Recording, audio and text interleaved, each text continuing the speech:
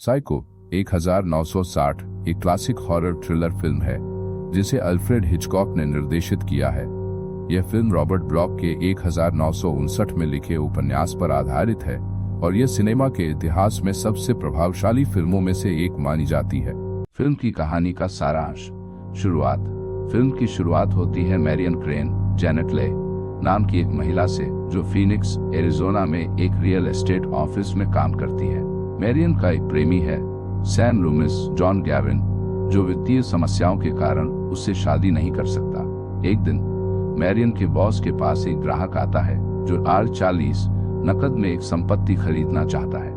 Boss Marrion को bank में पैसे जमा करने के लिए भेजता है, लेकिन मैरियन अचानक फैसला करती है कि वह पैसे लेकर भाग जाएगी और अपने प्रेमी सैम के पास जाएगी बेट्स मोटल।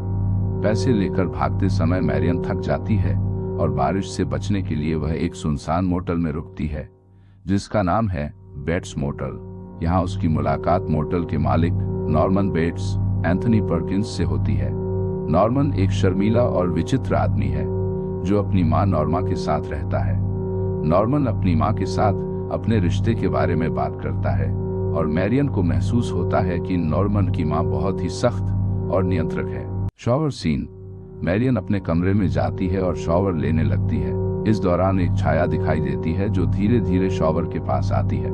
अचानक एक महिला जो नॉर्मन की मां मानी जाती है मैरियन पर हमला करती है और उसे चाकू से मार डालती है।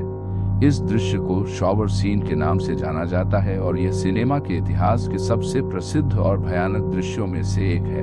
हत्या के बाद मैरियन के गायब होने के बाद उसका प्रेमी सैम और उसकी बहन लिला क्रेन वेरा माइल्स उसे खोजने निकलते हैं।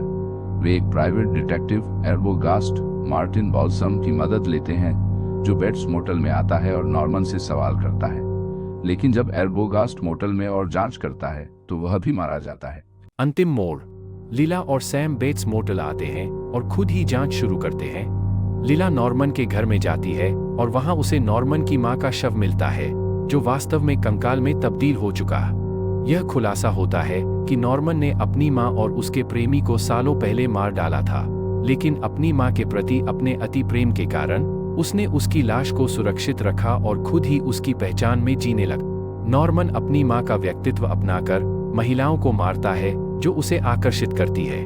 समापन। फिल्म के अंत में नॉर्मन को गिरफ्तार कर लिया जाता है और मनोचिकित्सक बताते हैं कि नॉर्मन का विभाजित व्यक्तित्व है जिसमें एक हिस्सा उसकी मां का। फिल्म का अंतिम दृश्य नॉर्मन के चेहरे पर है जहां वह पूरी तरह से अपनी मां के व्यक्तित्व में डूब चुका है और फिल्म यहीं समाप्त हो जाती है।